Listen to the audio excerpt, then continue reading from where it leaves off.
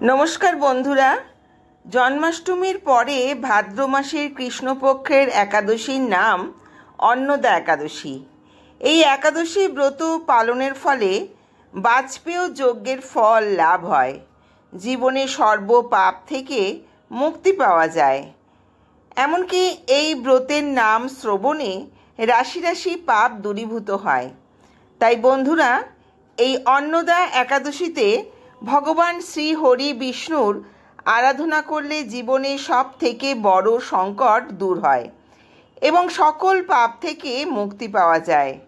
তাই অবশ্যই অন্নদা একাদশীর ব্রত ভক্তি, ভালোবাসা, শ্রদ্ধার সঙ্গে বিধিমতো পালন করা উচিত। একাদশীর ব্রত পালন করে এবং একাদশীর মাহাত্ম্য পাঠ ও শ্রবণ করলে শ্রী হরির কৃপা লাভ করা সম্ভব।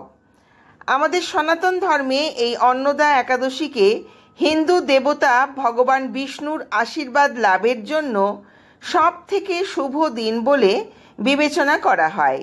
তাই এই দিনে ভগবান বিষ্ণুর উপাসনা করলে জীবনের সব পাপ থেকে মুক্তি পাওয়া যায় এবং জীবনে সমৃদ্ধি আসে। একজন ব্যক্তি মানসিকভাবে শক্তিশালী হয়। তাই আজ অন্নদা একাদশীর দিন আপনারা অবশ্যই অন্নদা একাদশীর ব্রত কথা ও মাহাত্ম্য শ্রবণ করুন। ব্রত কথা শ্রবণ না করলে একাদশীর ব্রত পালন অসম্পূর্ণ থেকে যায়। তাই আজ একটিবারের জন্য হলেও অন্নদা একাদশীর ব্রত কথা শ্রবণ করুন।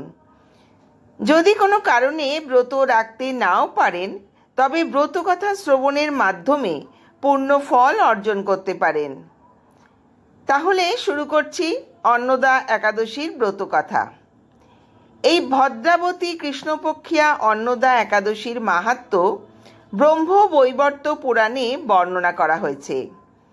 মহারাজ যুধিষ্ঠির বললেন, হে কৃষ্ণ, ভাদ্র মাসের কৃষ্ণপক্ষের একাদশীর নাম কি, তা শুনতে আমি অত্যন্ত আগ্রহী।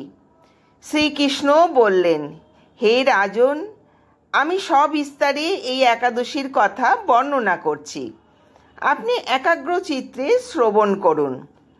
ভাদ্রের কৃষ্ণপক্ষের একাদশীকে বলা হয় অন্নদা। এই তিথি সর্বপাপ বিনাশিনী। যিনি শ্রী হরির চরণে এই ব্রত পালন করেন তিনি সর্বপাপ মুক্ত হন। এমনকি এই ব্রতের নাম শ্রবণেই রাশি রাশি পাপ বিদূরিত হয়ে যায়। এই ব্রত প্রসঙ্গে একটি পৌরাণিক ইতিহাস রয়েছে। প্রাচীনকালে হরিশ্চন্দ্র নামে এক নিষ্ঠাপরায়ণ সত্যবাদী চক্রবর্তী রাজা ছিলেন।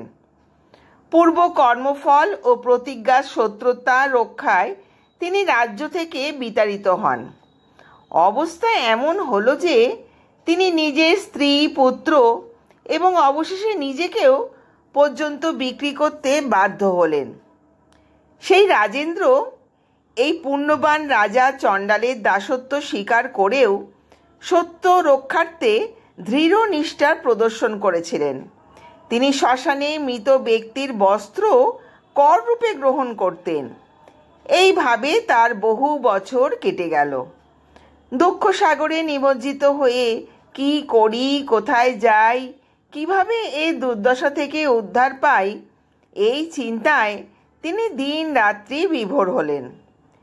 এমন সময় দৈবক্রমে বড় দুঃখী গৌতমী ঋষি রাজার কাছে এলেন। রাজা মুনিকে দর্শন করে ভক্তিভরে প্রণাম করলেন। করজোড়ে তার সামনে দাঁড়িয়ে একে একে নিজের সমস্ত কথা জানালেন। রাজার দুঃখের কথা শুনে মুনিবর বিস্ময়াপন্ন হলেন। অত্যন্ত ব্যথিত হয়ে তিনি বললেন, হে রাজন, ভাদ্র মাসের কৃষ্ণপক্ষের একাদশী অন্নদা নামে জগতে প্রসিদ্ধ। আপনি এই ব্রত যথাবিধি পালন করুন। এই ব্রত প্রভাবে আপনার সমস্ত পাপের বিনাশ হবে।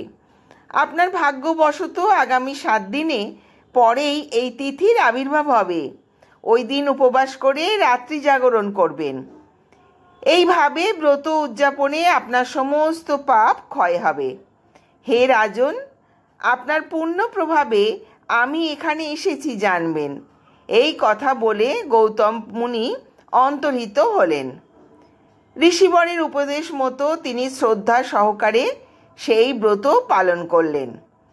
তার ফলে তার সমস্ত পাপ দূর হলো।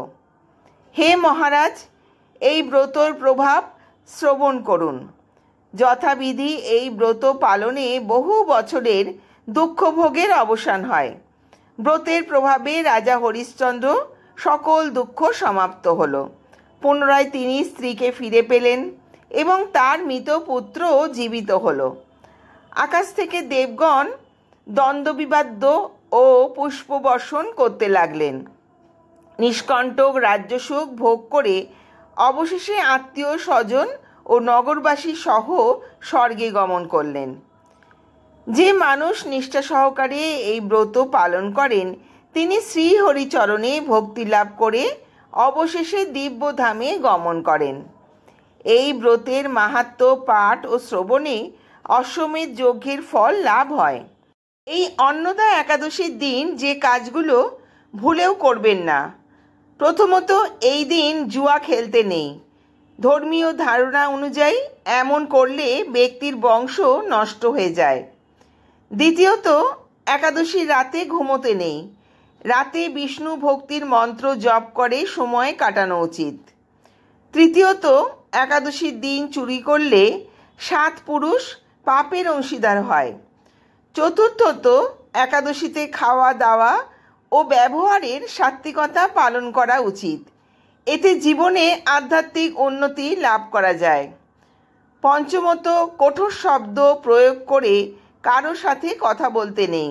রাগ করা ও মিথ্যে কথা বলা থেকে দূরে থাকুন। এই দিন কাউকে এমন কথা বলবেন না যাতে কেউ মনে কষ্ট পায়। ষষ্ঠত, একাদশীর দিন সকাল সকাল ঘুম থেকে উঠুন এবং সন্ধেবেলা ঘুমোতে যাওয়া উচিত নয়। এতে জীবনে দারিদ্রতা আসে। এছাড়া বন্ধুরা, অন্নদা একাদশী পালনের একটি গুরুত্বপূর্ণ অংশ হল উপবাস। এই দিন ভক্তরা নিয়মিত খাবার গ্রহণ থেকে বিরত থাকেন। একাদশীর নিয়ম অনুসারে খাদ্য গ্রহণ করেন। কিছু ভক্ত সম্পূর্ণ নির্জলা উপবাস পালন করেন। বন্ধুরা, আপনারা অবশ্যই এই দিন এই নিয়মগুলি মেনে চলবেন। ভিডিওটি আজ এই পর্যন্ত। ভিডিওটি শ্রবণ করে কেমন লাগলো কমেন্টে জানাবেন। আশা করি ভিডিওটি থেকে আপনারা সমৃদ্ধ হয়েছেন। যদি ভালো লাগে তাহলে অন্য বন্ধুদের শেয়ার করে শোনার সুযোগ করে দেবেন। সকলে সুস্থ থাকবেন, ভালো থাকবেন। ধন্যবাদ।